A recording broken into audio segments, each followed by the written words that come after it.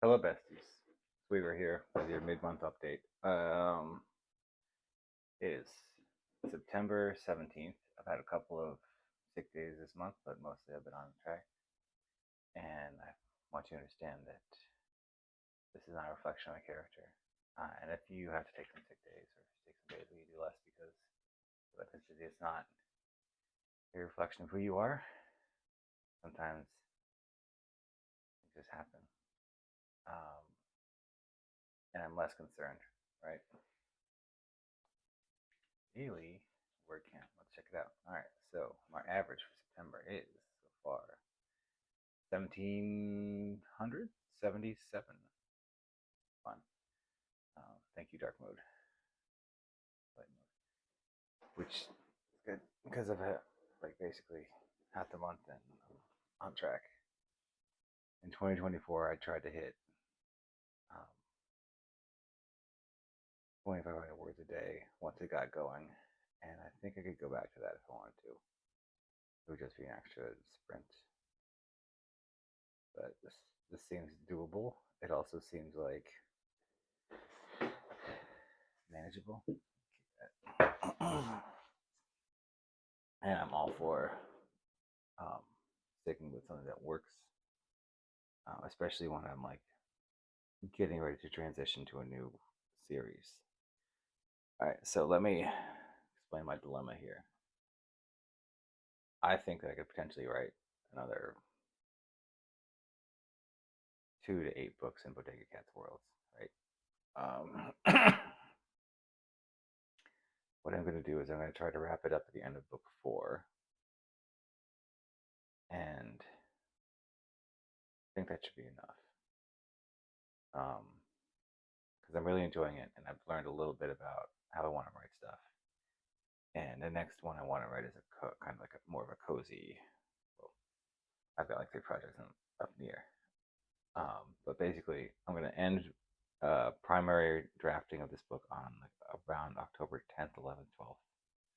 I'm going to write my romantasy book, which I've 2 chapters in right now.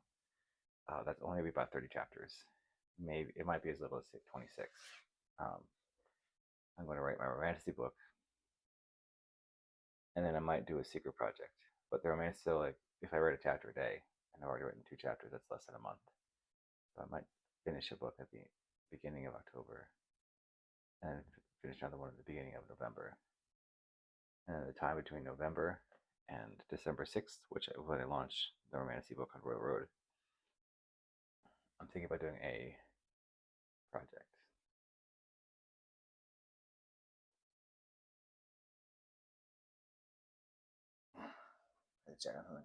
Okay, so 26 to 32 days. I'm gonna write some of it now. I'm gonna lay the groundwork of the romantasy book, and then I'm still working on Food Chocolate RPG with Tonic. But we are both busy working adults, and I just celebrated my anniversary. Been married for 8 years. You can't see the photo right there, but that's the one of us getting married. And it was a good day. Nice dinner. Got chocolate cake. Play with kids. Talk to the wife. Enjoy it. It's good. And it's nice to sit down and kind of remember what you're doing it for, because I used to want to be where I am now, and now that I'm here, I'm just like, okay, well, I've kind of shut down that part of my brain that goes, okay, what's next? What's next? Because I'm satisfied being here, right? People don't want to be happy; they want to be satisfied, right? I am both happy and satisfied, and now my life goal is to like help other people, um, and like enjoy the time I have with my kids. And we had like a discussion as I dropped my son off to go to school, and I'm just like, oh man, he's a grown up. He's doing stuff.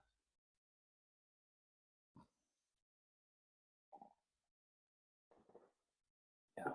Anyway, so Um, Let me not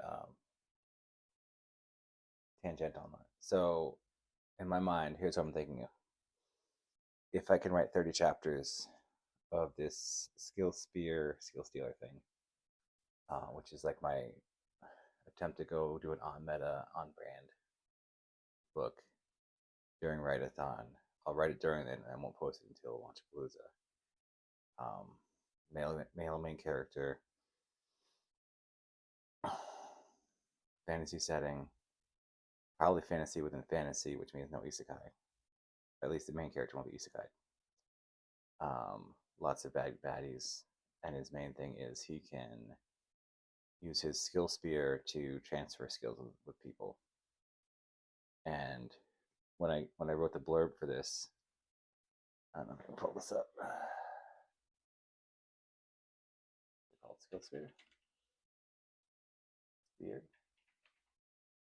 Thirsty for the spear.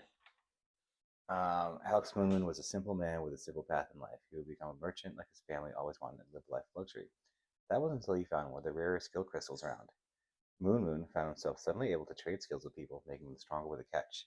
They had to advance in the borrowed skill in order to keep it, and he had to advance the same way to keep theirs before the skills verted, all within a day. It made him really focus on his work to an extent that blocked out the rest of his reading. Uptown. There's also the matter of how he transferred skills. It forced him to spear them with his incorporeal skill spear, and there was a particular sensation when he did so. Alex Moon could do without girls screaming, "Spear me, daddy." Um, so I wrote that initially because I wanted to get like that out of my brain. It's called "Thirsty for the Spear." That's the first draft. I give them what they want; they just slurp it up. Um, I might need to rework that. But like I'm trying to combine the systems of skills, stubborn skill grinder, and paragon of skills. Um, but now I'm thinking that instead of like it being some um, weird thing, it could just be like that they're holding hands, um, and then he has to transfer the skill by like giving them a compliment or something like that. And he's like, and I'm just like, that would be so much more awkward and be so much more like interesting narratively. It's like, now I need to hold your hand. And like, what? I need to hold your hand so I can transfer your skill. And I need to give you a compliment because you have the most beautiful eyes I've seen all day. And you're like, what? And then like they will get a system message saying that the skills have been swapped. Because I'm like, what would be the funniest thing, right? And the funniest thing to me would be if like he had to like earnestly give someone a compliment and they had to just like take it, otherwise this the skills wouldn't transfer. All right, this already just sounds funny. Okay, and this is how it starts because I'm thinking about the kind of person that has issues giving someone a compliment, and the kind of person that you would have to be in order to just be like, you have to take the compliment, otherwise the skills won't transfer. And the other person being like, but you complimented my pants. No man compliments my pants and lives. And it's like, do you want Berserker Rage skill or not? All right, this has legs. Um, so yeah, that's so like if all right, those of you that aren't writers, it's kind of had an epiphany. But so if I was going to write a story about a CrossFit gym, it wouldn't just be about them um, running the gym. It would be about the things that happen around the running of the gym and like the little interstitial places where they're talking with the coach, they're talking with the clients, and they're getting new clients, and then they're talking to people about their desires and like their like wish to like get better their snatch or clean and jerk, right? I wouldn't just be like, hey, this is, and then he did 15 reps of this, and then he did Cindy, blah blah blah blah.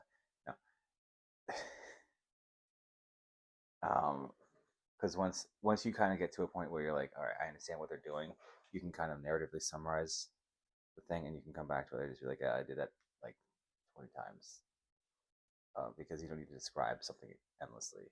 The reader will get it. They will move on with you at the pace of your writing. But like, if he has to think up a new compliment every time someone transfers stuff with him. Yeah.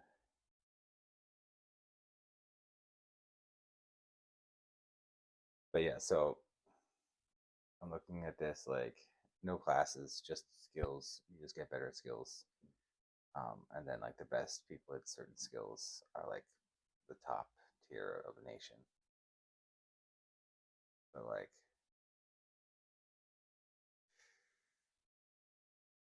if I just give him the ability to like rapidly like learn a skill up to level 5, and like 100 is the peak grandmaster level. Hmm.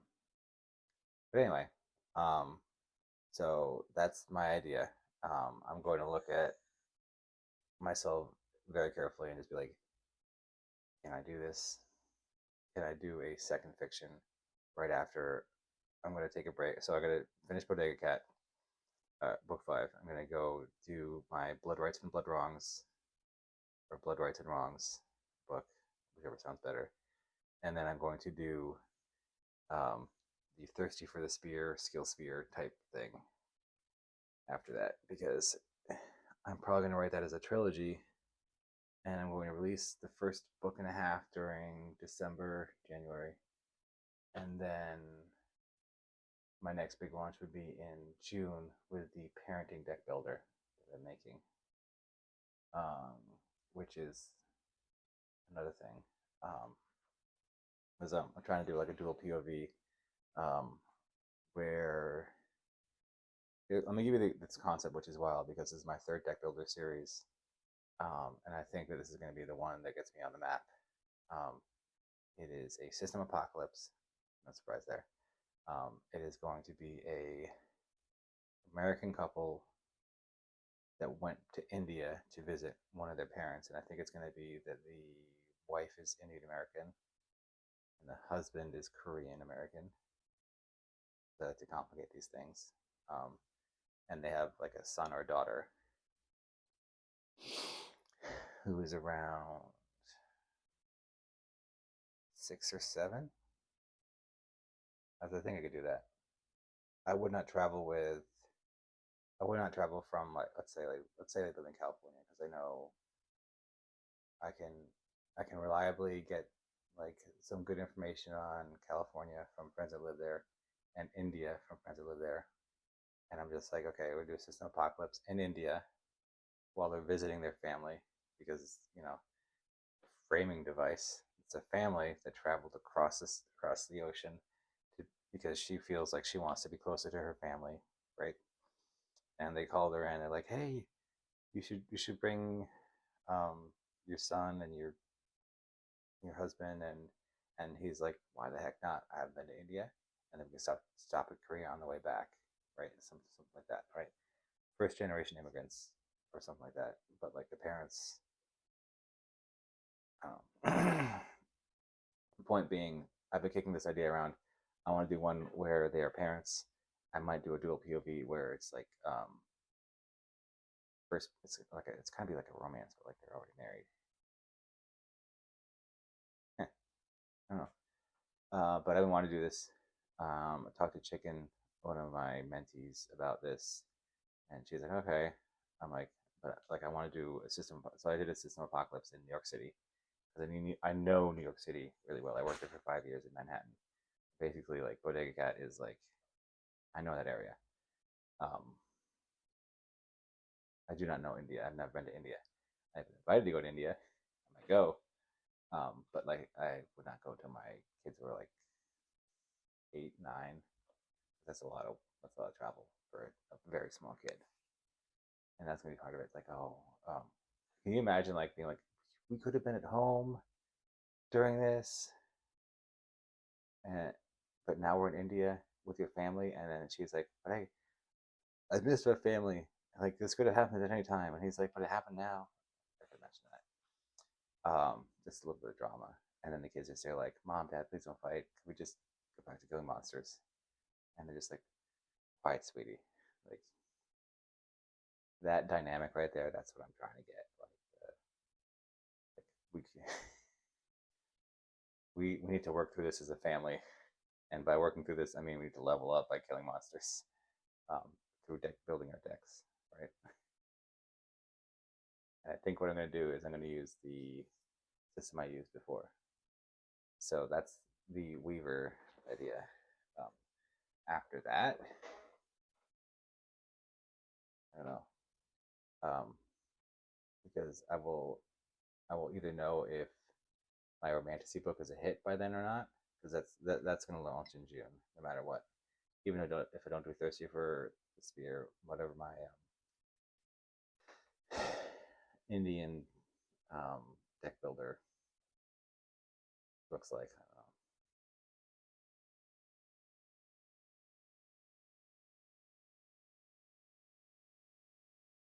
But thanks for watching, besties. Like and subscribe. In the comments, tell me what country. No, sorry. Yeah, if you're going to do a system apocalypse that starts in a country that's not your own, what country would you start in?